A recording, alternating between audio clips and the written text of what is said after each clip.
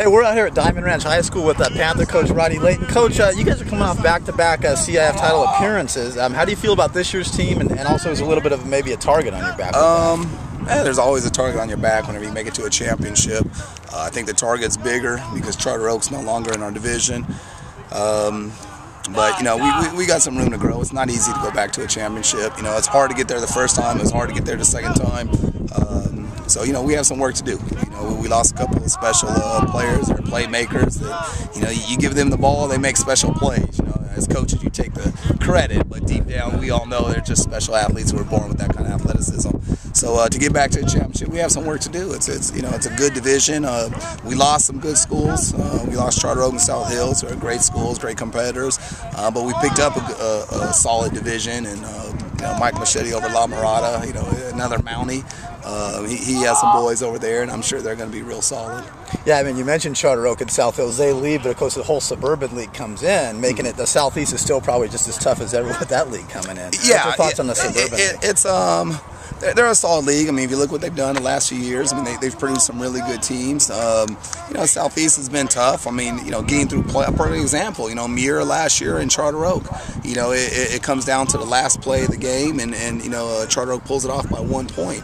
So, you know, a lot of people forget that, you know, Muir is coming back with a lot of talent. So, you know, not just the one league, but what was staying in our Southeastern League is tough competition. And then to add a quality 2 or 3 teams from the new league, the Suburban League, is going to be a great challenge. So I think the Southeast will continue to be a strong league.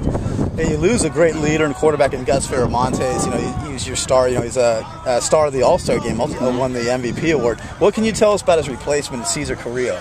Well, they're all coached. Gus replaced Joe Carrillo, who's Cesar's older brother, and Joe and Cesar's father, Jose Carrillo, who was on our staff, he coached all of them when they were younger. So, you know, when Joe Carrillo left, we thought, wow, we're going to have a hard time replacing Joe. He was a leader, he was athletic, he could run, he could pass, he just controlled the game. And when he played well, the team played well. And then Gus came in, and Gus was kind of, you know, same thing under the same style. And Gus came in, and, you know, anytime a quarterback takes 2 different teams to a championship, it's a great job. And he had a natural leadership about him, definitely a competitor. You know, was great with his legs, great with his arms. And so it's one of those, how do we replace that? Well, we have Cesar Carrillo, who's the same mold. You know, you know, he could do it with his legs, he could do it with his arm. He's been a leader, you know, every team he's been on. He definitely a competitor, he wants to compete. So it's one of those, you know, he's just following in the footsteps of what's already been laid out there. And, you know, when Joe was coming in, a lot of people were saying, well, you know, who's your quarterback? We don't know him. And Joe left, and everyone knew Joe Carrillo. Yeah. And then, okay, well, Gus came in. No one knew him. Everyone questioned him. Now Gus is leaving, so it's Cesar's turn. And I think Cesar will do well. You know, I mean, he's done well for us at the lower levels. I've watched him, you know, since he's been in Pop Warner. And he's always taking, even in Pop Warner, he was taking his team to the Super Bowl. So we're real excited to have him come in and replace Gus. And then real quick, it looks like you got a couple other guys coming in besides you know, Cesar, and guys like Chase Price and Aaron. Yeah, our run game is going to be solid this year. I mean, we feel, you know, we return a lot of guys on the line. So, you know, we will be a little bit more of a power game. And then, you know, Chase Price is you know, probably our best running back who's returning. He's a complete running back. I think San Diego State recognized that, and that's why they offered. I mean, he is, you know, best blocker on the team. He's very quick with his agility. He's 195 pounds and stocky with this, so, you know, he's a load when he runs.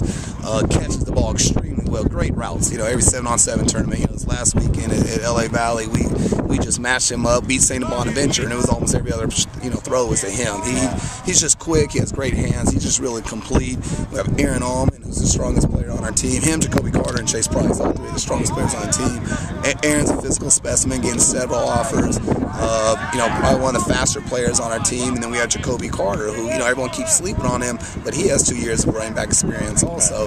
And he's a downhill runner, and he's a load. You know, he trucks people. So, you know, we'll do a little bit more run game this year, which takes a little pressure off of Cesar, and which also, you know, once you establish a run, sometimes it opens up the pass game a little bit easier. So, you know, lighten the load for him.